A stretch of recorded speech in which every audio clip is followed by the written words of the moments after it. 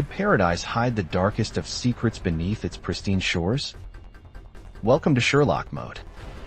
September 15, 2014. Dawn breaks over Koh Tao, Thailand's diving paradise. A beach cleaner stumbles upon a horrific scene that would shatter the island's tranquil facade forever. Two bodies lie battered among the granite boulders of Seri Beach, their blood staining the pristine white sand. Hannah Witheridge, 23, from Norfolk, England. David Miller, 24, from Jersey. Two young British tourists who had only just met on this island paradise. Their final hours captured on CCTV, walking hand in hand from a beachside bar after 1 a.m. By sunrise, both would be victims of one of Thailand's most notorious and controversial murder cases. The autopsy revealed the brutal nature of their deaths.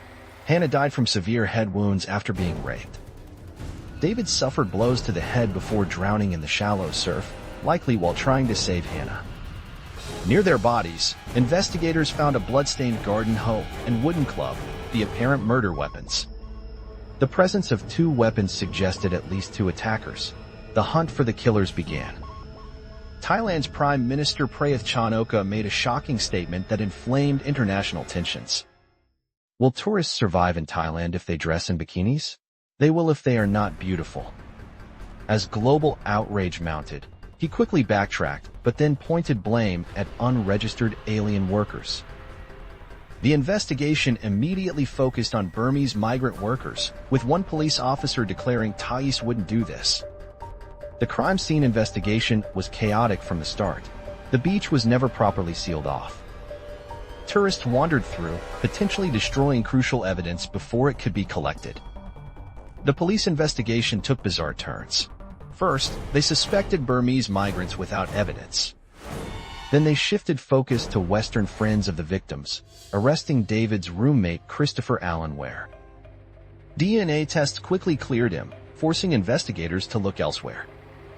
A Scottish friend of Miller's, Sean McAna, claimed he knew who was responsible for the murders. He fled the island in terror after being threatened by men he called Thai Mafia, who told him, "You will die tonight." They said I would hang myself tonight and they would watch. I think they needed a scapegoat. McAna claimed he witnessed these men molesting Hannah the night before her murder. CCTV footage showed a mysterious Asian man running near the crime scene at 3:44 a.m., then walking slowly an hour later. 2 weeks after the murders, police announced a breakthrough. Two Burmese migrants had confessed. Zaw Lin and Win Zaw Tun, both 22-year-old bar workers, were charged with murder, rape, and robbery. Police claimed DNA on cigarette butts, and Hannah's body matched the suspects. Case closed. But within days, both men retracted their confessions, claiming they were tortured into false admissions of guilt. A police officer flicked my genitalia very hard. They kicked me, punched me, and threatened to chop off my limbs. They put a plastic bag over my head until I passed out. They said they would kill me if I denied guilt. The police staged a bizarre crime scene reconstruction with the suspects, who appeared to be taking directions. One police chief's statement revealed a troubling motive. "We want to clear this case quickly so tourism can bounce back." As the trial began in July 2015, the defense team exposed serious flaws in the investigation. Thailand's top forensic scientist, Dr. Pornthip Rojinasunan, delivered damning testimony for the defense. DNA from the alleged murder weapon did not match the defendants or victims, but two unknown males. Police had failed to properly collect evidence, test Hannah's clothes, or secure the crime scene. The prosecution's case hinged on DNA samples that mysteriously could not be retested. They had been used up. Human rights organizations condemned the trial. Andy Hall, a migrant rights activist, supported the defense. The DNA evidence is wholly unreliable and was not collected according to international standards. The mothers of the accused traveled from Myanmar, insisting their sons were innocent scapegoats.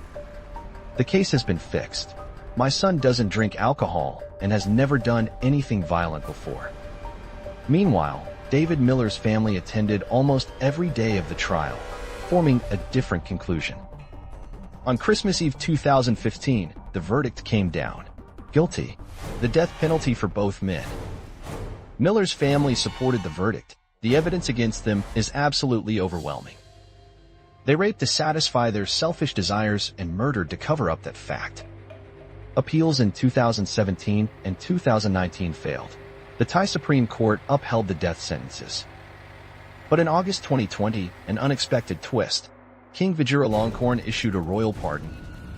The death sentences were commuted to life imprisonment as part of a mass royal pardon. 6 years after the murders, the case remains deeply controversial. Were two innocent migrants framed to protect powerful interests and save Thailand's tourism industry? Or did the evidence truly point to their guilt despite the flawed investigation? The island of Koh Tao has since earned the sinister nickname Death Island, after several more mysterious deaths. Let us analyze what we know. The DNA evidence was contradictory and possibly compromised. The crime scene was contaminated from the beginning, with tourists walking through freely. The confessions were obtained under questionable circumstances and later retracted. The murder weapon contained DNA from two unknown males, not matching the convicted men. Yet the Miller family, who attended the trial, believed justice was served. The truth of what happened that night on Seri Beach may never be fully known. Two young lives were brutally cut short in paradise, leaving families devastated on both sides. The convicted men remain in prison, their death sentences commuted but their freedom gone. And Koh Tao's pristine beaches continue to attract tourists who may never know the dark history beneath their feet.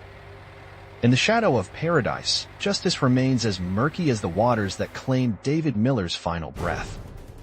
If you enjoyed unraveling this mystery, like and subscribe to Sherlock Mode.